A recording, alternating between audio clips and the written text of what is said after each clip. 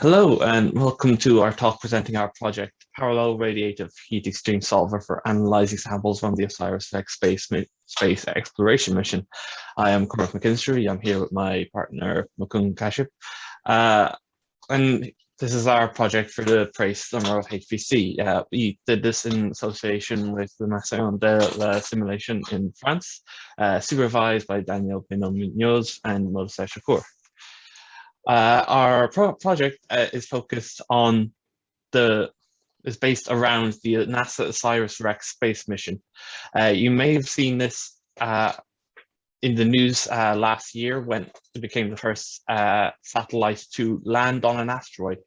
The mission studied the asteroid Bennu, which lies between Earth and Mars, and collected over 400 grams of the rocky material called regolith that covers its surface. That material is coming to Earth, will arrive in 2023. The regolith is a loose rock material that goes a meter down on Bennu, forms the surface of many asteroids like this. We want to understand the thermal responses via simulation of their various thermal exchanges by making a heat exchange solver. We have a mesh that represents the various particles of the regolith made up of triangular surfaces. And we want to model the conduction and radiation going on in it to study its thermal responses under different circumstances, different sizes of materials, different distributions of the sizes.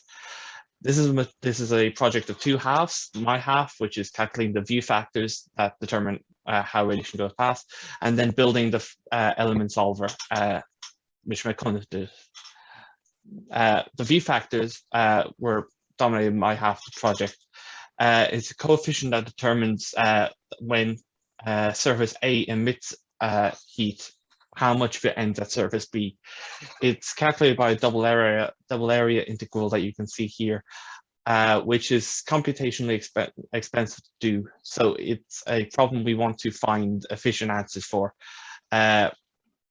We've been using ray tracing packages such as Intel's Embry to determine if one surface in the situation can see another, and trying to find ways to speed up the integral calculations such as Gaussian quadrature and, most importantly, parallelization to solve this difficult problem as efficiently as possible. Now I will pass you over to Mukund for the latter half of the project. So this project uses finite element method, and it is a numerical simulation technique that was developed in the past 30-40 years. It divides the whole body into a finite number of elements, and each element has a set number of nodes. Now, this method is used to solve equations called boundary value problem, which is essentially a set of equations as well as the boundary conditions that determine the problem. And as you can imagine, this boundary value problem is then converted into algebraic equations, then that could be solved using any solver. Now, due to the iterative nature of this method, parallelization is expected to improve the performance, and that's what we aim to do in this project. And these equations form the mathematical basis of our problem.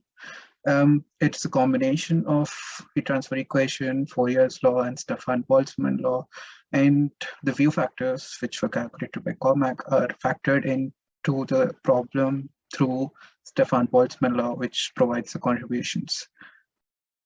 Excellent. In addition to Embry, this project also uses PETSC and FEMS.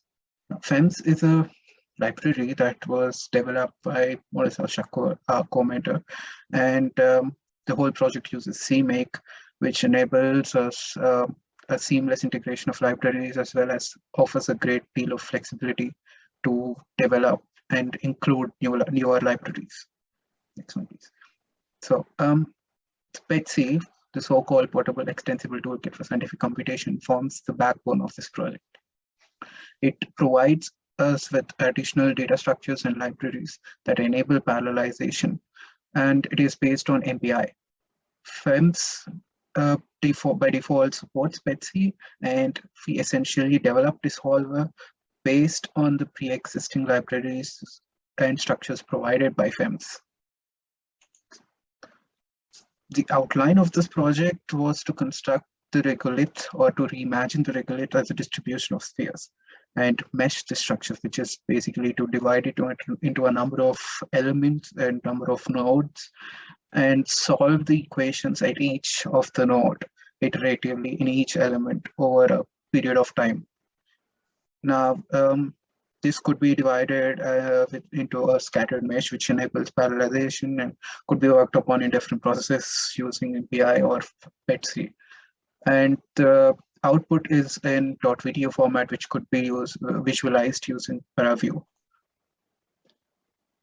So that's the summary of our project, and we thank you for your attention and our mentors for their cooperation.